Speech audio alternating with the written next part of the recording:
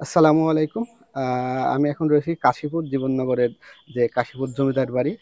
আপনারা সবাই জানেন যে বইতে যে মহেশ গল্প আছে, শরৎচন্দ্র চট্টোপাধ্যায়ের যে মহেশ গল্প, সেই মহেশ গল্পটি মূলত এই বাড়ির এই যে জমিদার বাড়ি যে বিনয় কুমার চট্টোপাধ্যায় তার যে বাড়ি, এই বাড়িটি কেন্দ্র করে লেখা হয়েছিল। আ এ এই সেই জমিদার বাড়ি আর তার ভাগিনা যে শরৎচন্দ্র চট্টোপাধ্যায়ের মামা ছিল বিনয় কুমার চট্টোপাধ্যায়। আমি এখন আছি যে বাসার এখন যারা বসবাস করে বিনিময় ১৯০০ যে বাংলাদেশ যখন বাংলাদেশ ভারত যখন বিভাজন হয়, তখন বিনিময়ের পরে যখন শরৎ চট্টোপাধ্যায় যে মামা বিনয় কুমার চট্টোপাধ্যায় যখন ভারতে চলে যায় এবং বিনিময় করে সেই সম্পত্তি বিনিময় করে আমাদের যে এখানে আছেন কাবিল চাচা, তিনি তার বাপ দাদারা তখন এই বিনিময় করে এই বাড়িতে আসে। আমরা এখন কাবিল চাচার কাছে আছি, আমরা এখন শুনবো যে এই বাড়ির কিছু ইতিহাস। আমরা চাচার সাথে আগেই কথা বলেছি। তিনি জানিয়েছেন যে তিনি সমস্ত সম্পূর্ণ ইতিহাস জানেন না, তিনি কিছুটা জানেন। যেহেতু তার বয়স ৬০ বছর, কিন্তু এই বাড়ির ইতিহাস হচ্ছে প্রায় ১৬৩ বছরের। আমরা যদি জানিয়ে রাখি, এই বাড়িটি ১৮৬১ সালে এই বাড়িটি নির্মাণ হয়। সেই হিসাবে বাড়িটির বয়স এখন প্রায় ৬৪ বছর। আমি কাবিল চাচা আছে, আমি তার সাথে একটু গল্প ছলে আপনাদের কিছু জানাবো। চাচা, যে আপনি এই বাড়িতে থাকেন, মানে আপনার জন্মটা কত সালে যদি আপনি বলেন একটু। আমার জন্ম হচ্ছে ১৫/১০/১৯৬৬। ৬৬। মানে সেই হিসাবে ২৪ চলে ওদিকে, না, ২৫ চলছে। ২৫ চলে তার মানে ওদিকে। এই তো ৫৯/৬০। ৫৯-৬০ বছর আপনার বয়স। যদি এই বাড়িতে আপনার বাপ দাদারা কত সালে আসছে? আমার বাপ দাদারা ওই যে উঠাউঠির সময় ১৯৪৮ মনে হয়। ১৯৪৮ সালে। জি। মানে আমরা দেখছি যে যে জমিদার বাড়িটা হুম। অনেক পুরাতন হয়ে গেছে। আ ভঙ্গুর অবস্থা। এখানে আপনি যেমনটি বললেন, এখানে আগে একটা বৈঠকখানা ছিল। সেখানে জমিদাররা বসতো এবং এখানে কিছু ছিল যেগুলো ভেঙে গেছে এবং পাশের পিছনে একটা বিল্ডিং, সেটাও যেখানে আপনি বললেন যে আপনারা যখন আসেন তখন এখানে রান্না-বান্না করতেন। হুম। সেটাও ভেঙে গেছে এবং বাড়িটির খুবই ভঙ্গুর অবস্থা এবং অবস্থা আসলে। সবকিছু মিলে আপনি বলছেন যে এখানে যেহেতু এটা সংস্কার করা সম্ভব না, সেক্ষেত্রে আপনি বাইরে আবার সাইডে একটা বাড়ি নির্মাণ করছেন। হ্যাঁ। মানে আমরা একটু আপনার কাছে এই বাড়ি সম্পর্কে, বাড়ির কিছু ইতিহাস আমরা একটু আপনার কাছে জানতে চাই। মানে বাড়িটি মূলত জমিদারের কোনো চিহ্ন বা কিছু আছে কি? জমিদার চিহ্ন থাকলেও হয়তো ভিতরে তো আছে হয়তো ২-৪টা জিনিস। তাছাড়া তো সেই রকম আসবাব। ১৬০-৬৫ বছর বয়স জি। হয়ে গেলে পারে কি আর থাকে? এটা হ্যাঁ। তো অবশ্যই। হ্যাঁ, তো ওই আমার জানার মতে ২-১টা জিনিস আছে। এখন সেগুলো এখন আমার সেই দাদারা কি আব্বারা আমলে ছিল তা আমি বলতে পারবো না। মানে আপনি আমরা হয়ে পর্যন্ত দেখছি যে ওই ওগুলো আছে। ২টা-৩টা জিনিস, ওই ২টা ওই ৩টা পুরাতন কি জিনিস। কি আছে? খাট ওই বা খাট নাই, একটা ড্রেসিং টেবিল আছে আর একটা আলমারি আছে। একটা ড্রেসিং টেবিল, একটা আলমারি হ্যাঁ, আছে। হ্যাঁ।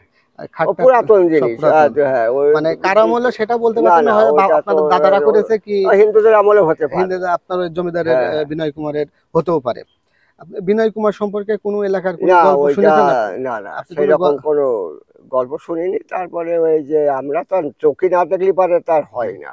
তারপরে তাই না? গ্রামে অনেক মিথ আছে বা অনেক গল্প আছে যে এই বাড়িটি এই নিচে একটি, আমি যেমনটি না, আপনাকে না প্রথম এসেই ওসব না, বললাম ওসব কিছু যে নেই। মানুষ আসলে অনেক সময় অনেক রকম ডাল থাকলে আমরা বাস করতে পারি।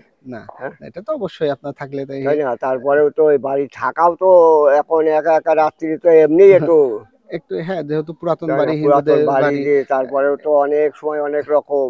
না, অনেক রকম, হ্যাঁ? যেহেতু হিন্দু জমিদার ছিল, রাত্রি তো একটু নির্যাতনের হিন্দুদের কথা শোনা যায় যে তারা অনেক। এখন তারাদের আমলে তারা করিয়েছে। এখন আমার বাপ দাদারা তার করেনি। না, না, বুঝছি। না, সেই হিন্দুদের আমলে তাদেরটা তো আর না, আছে। না, ঠিক আছে। যেমন আমরা যে মহেশ গল্প পড়েছি বইতে, হ্যাঁ, ক্লাস তো 3 ওটা ফোরে, আমরাও তো পড়েছি। মহেশ গল্পে যে কথাটা বলা হয় সেটা তো আমি এখন শুনি। আমরাও শুনেছি বা বইতে পড়েছি। তো এই যে আমরাও শুনি যে এই উপরে বসেই নাকি লেখা হয়েছিল এই। তাছাড়া তার উপরে বসে লেখা হয়েছিল মহেশ গল্প। যে এই ৩ তলার ওই জায়গায় বসে, বসে নাকি উনি উনি লিখেছিল গল্পটা এবং গল্পটাই একটা যে হ্যাঁ, গফুর। ওই গল্প আহ, ইয়েতেই তো মানুষজন এত এই গল্প বয়স ধরিয়ে এই তো এই গল্পর কারণে এখানে হ্যাঁ, মানুষের আসা যাওয়া এত বা আগমন হচ্ছে এত হয়। আগমন হয়। আপনার অনেক জায়গা থেকে লোকজন আসে। অনেক জায়গা থেকে। ঢাকার থেকেও আসে। দেখাতে বসে। হ্যাঁ, ও আর বাইরে তো মানে ইয়েরা তো আসছেই। আমি যেমনটা শুনেছি যে আপনারা আসলে খুব আন্তরিকতার সাথে সবাইকে দেখান। দেখান, কিন্তু এখন এই যে মানে ইয়ে হয়ে যাওয়ার পরে আর দেখানোর মতন তো পরিবেশ নাই। মানে অনেকজন কি মানে করে যে উপরে, হ্যাঁ, উঠানোটা এখন খুব রিস্ক হয়ে যায়। মানে যেহেতু এখন প্রায় নিজেরাই তো সেই জন্যই তো, তা নাহলে পারে এইসব ছেড়ে দিয়ে কেউ ওই সাইডে যেতে চায়। যেহেতু হ্যাঁ, 165-64 বছর বয়স হ্যাঁ, এই বাড়িটার, আর সে কারণে ছাদগুলো প্রায় হ্যাঁ, খসে পড়ছে সবই বা ইয়ে প্রায় হচ্ছে। হচ্ছে, শুধু মানে এই সাইড নাই, ওই ভিতরেও অনেক হচ্ছে, মানে হুম, মানে মানে ভেঙে ভেঙে পড়ে যেমন ওই যাচ্ছে। দর্শনার্থীরা আসলে তারা কথা শোনে না হয়তো বা একটু উঠাফাড়া করলে মানে হ্যাঁ, সেটা ভেঙে যাওয়ার একটা অবশ্যই ইয়ে একটা থাকে, ভয় সেই তো ক্ষেত্রে থাকেই, সে যারা আছে যে একবারে দেখা যাচ্ছে 5-7 জন উঠে পড়বে, তাহলে তো তখন। তখন এটা ভেঙে পড়লে তখন হ্যাঁ, আপনাদেরও বিপদ এবং যারা না তা আহ, আমাদের বিপদটাই তো বেশি, তাই না? জি জি একজন ভেঙে দেখা আছে যে উপর থেকে নিচেই পড়ে যাবে, তার সাথে ইট মাথায় পড়তে পারে। হ্যাঁ, এটা স্বাভাবিক। এই এবং জন্যই আপনার তো যেহেতু আমরা তো এখন ওই তাদের ভালোর জন্যই কিন্তু তারা মনে করে যে আমাদের উঠতে দেয় না, হ্যাঁ যেহেতু আমরা তাই না? কথা শুনেছি যারা আছে আমরা তো সবাই মানুষের সাথে কেন খারাপ ব্যবহার করতে যাবো, সবাই কিন্তু আপনার মানুষ যখন না শোনে তখন তো অটোমেটিক করাই লাগে, সবাই তাই না? আপনাদেরকে আন্তরিক বলেছে যে তারা আমরা না, যেমন ঘুরতে সেটা তো আসি এখন এবং তাদের ব্যাপার। যেমন আমু এই ছোট যেমন তোমরা যেরকম আসলে, তাই না, আমি তো তোমাদের তো বলিয়ে দিচ্ছি, ওই ভিতরে উঠান পর্যন্ত যে তোমরা যত কিছু 2 ঘন্টা 3 ঘন্টা করতে পারো, কিন্তু হুম, এখন ছাদে তো একটা রিস্ক না হয়ে না যায়, এটা তো অবশ্যই আমরাও এটাই। তাই না? বসবাস, তাতে তো আমরা তারপর বলি যে আমরা তারপর বসবাস করি। তারপর যেহেতু মেয়ে ছেলেপিলে আছে বাড়ির হ্যাঁ, একটা হ্যাঁ, একটা তা ইয়ে তো থাকে, অবশ্যই একটা পরিবেশও একটা তো। পরিবেশ আছে যে সেটা হুম, ঢোকা সম্ভব হয় না। তারপরেও তো বলা ঠিক নয়, বাড়িতে তো তেমন আর মানুষজন নাই। এখন আমরা 2 ভাই, আমি একটা ছোটখাটো ব্যবসা করি, এখন না বিল্ডিং হচ্ছে বলে আসলাম। না আপনার আর বড়টা তো স্কুলে, আন্দোলবাড়ি বাজারে আপনার ব্যবসা ও আছে? আগে ছিল, এখন এই কাশীপুর বাজারে এখন আছে। কাশীপুর বাজারের ব্যবসা, হ্যাঁ, কি ব্যবসা করেন এখন? এখন ওই সেই রকম ইয়ে নাই, ওই সার কীটনাশক এইরকম। চার কীটনাশক।